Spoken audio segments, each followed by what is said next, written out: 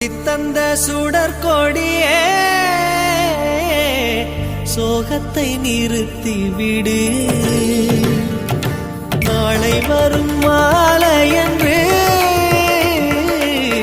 நம்பிக்கை வளர்த்து விடு. நம்பிக்கை வளர்த்து விடு.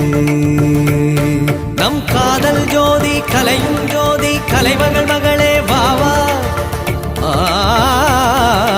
காதல் ஜோதி கலையும் ஜோதி